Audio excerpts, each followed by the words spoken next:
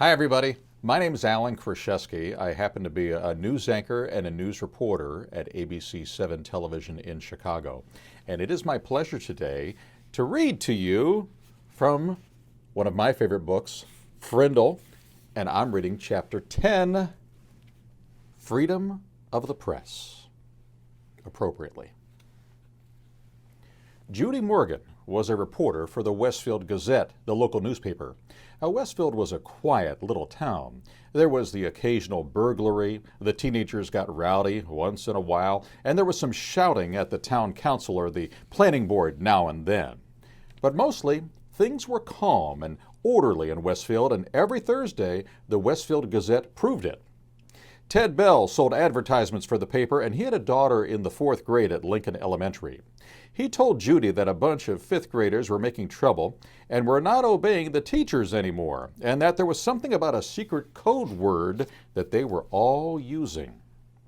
And half the students had been kept after school one day last week, including his own little girl. Well, the only other story that Judy was working on was about 18 new trees that were going to be planted along East Main Street. Those trees could wait. This thing at the elementary school sounded like a real story. So Judy Morgan showed up at Lincoln Elementary School at 3 o'clock the day after Mrs. Chapman had been to visit Nick's parents. The sign on the door said, "All visitors must report to the office." And she did. On the bulletin board outside the office, Judy saw Mrs. Granger's notice about the punishment for using the word Frindle. She stepped back 2 paces, aimed her camera at the notice, and snapped a photograph. She read the notice once more and then stepped into the office. And Mrs. Freed, the school secretary, looked up and smiled. "May I help you?" "Yes, I'm sure you can. My name is Judy Morgan, and I work for the Westfield Gazette. I'd like to know about that poster outside the office, the one about this word, Frindle. Who should I talk to?" Well, Mrs. Freed stopped smiling. She was sick and tired of anything to do with that word. For the past week, her phone had been ringing off the hook. If it wasn't a parent complaining about a child who had to stay after school, it was someone from the school board trying to get in touch with Mrs. Chatham or Mrs. Granger. Mrs. Freed pursed her lips and narrowed her eyes, and she said, "You'll have to speak with the principal. Let me see if Mrs. Chapman is free." Well, she was. There isn't a principal alive who won't find the time to talk to someone from the local newspaper. The reporter was invited into Mrs. Chatham's office. Judy noticed right away that the principal was not comfortable talking about this stuff.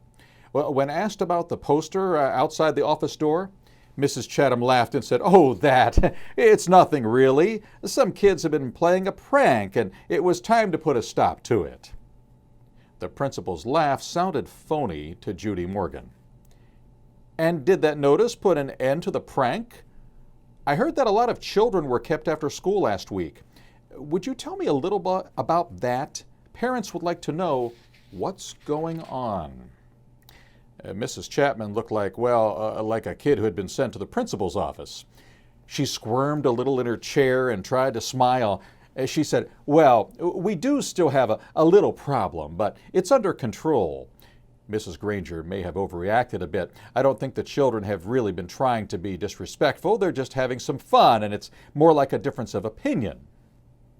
And then Mrs. Chapman went on to tell the reporter what she knew about the word Frindle and how it had become popular among the students. Judy Morgan took careful notes. And when the principal had finished, Judy said, "Would you mind if I asked Mrs. Granger a few questions?" Mrs. Chatham said, "No, not at all." But Judy could tell that the principal wished she would just go away. What could she say, though? Mrs. Chapman couldn't very well keep the reporter away from Mrs. Granger because, after all, America is a free country with a free press. If Judy really wanted to, she would talk to Mrs. Granger sooner or later. It was sooner. In 3 minutes, Judy Morgan was standing at the doorway of room 12 looking in at Mrs. Granger. There were about 15 children sitting at desks scattered around the room. They're busy writing out their 100 sentences. She knocked, and the teacher and students looked up from their work. "I'm Judy Morgan from the Westfield Gazette, Mrs. Granger. May I have a word with you?" Mrs. Granger stood and came out into the hallway and closed the door. Judy could see past her, and she saw that every kid in the room was straining to listen. Judy noticed Mrs. Granger's eyes right away. Gray, maybe flecked with a little gold, and very sharp, but not hard or mean, just bright and strong. The reporter didn't waste words. "So I hear that you plan to stop the students from using their new word. How goes the battle?" Mrs. Granger did not smile, and her eyes got even brighter. "First of all, it is not a battle. I'm merely helping my students to see that this foolishness should stop. Such a waste of time and thought. There is no reason to invent a new and useless word. They should each learn to use the words we already have. But of course, all of this is just a silly fad, and when you add an E to fad, you get fade, and I predict that this fad will fade." Judy looked up from her notepad and asked, "Any idea how it all got started?" Mrs. Granger's eyes seemed to almost catch on fire at that question, and she said, "Yes, I have a very good idea how it all got started. It was one young man's idea, a fifth-grade student named Nicholas Allen. And now you'll have to excuse me, Mrs. Morgan, for I have papers I must grade." And with a brief, firm handshake, Mrs. Granger ended the interview. The reporter didn't leave right away. She walked back through the hallway and sat on a bench outside the office so she could look over her notes to make sure they made sense. It took her about 5 minutes.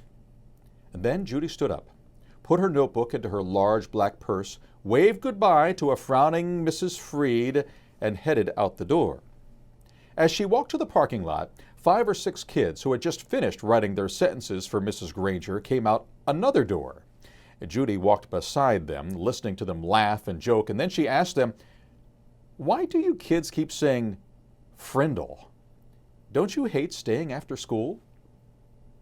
A boy who was almost falling over from the weight of his backpack looked up at her and smiled. "It's not so bad. There's always a bunch of my friends there. I've written that sentence 600 times now." And then the kids said Mrs. Granger didn't even look at their punishment papers anymore. They were sure because where you were supposed to write, "I am writing this punishment with a pen," everyone was writing the word Frindle every 4th or 5th sentence. And Mrs. Granger hadn't said anything. One girl bragged that she had written the word Frindle 45 times on her sheets today. She grinned and said, "That's a new record." "And this boy named Nick," Judy asked, "has he had to stay after school too?" The kids giggled, and a tall boy with reddish-brown hair and glasses said, "Mrs. Granger has kept Nick after school so much that everyone thinks she wants to adopt him." The reporter smiled and said, "Do you think I could find Nick and talk to him this afternoon?" The boy looked at Judy for a second and then said, "I don't think Nick would want to talk to you right now. He might say something stupid and get himself in trouble." And then he grinned at his friends. The kids laughed and poked and punched each other and headed off down the block.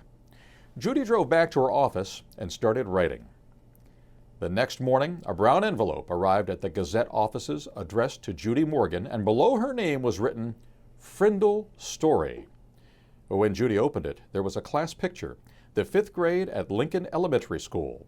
Mrs. Granger and the 6 other teachers were standing at the ends of the rows, and the kids were dressed neatly, their hair all combed, but there was something odd about the picture.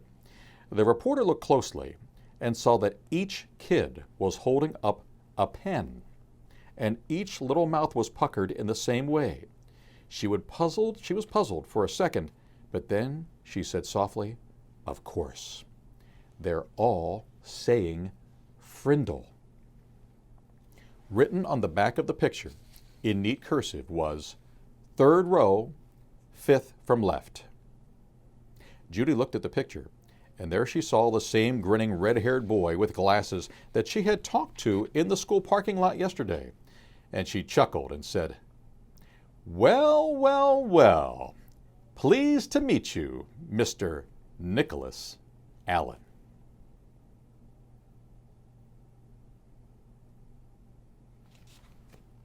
That's chapter 10.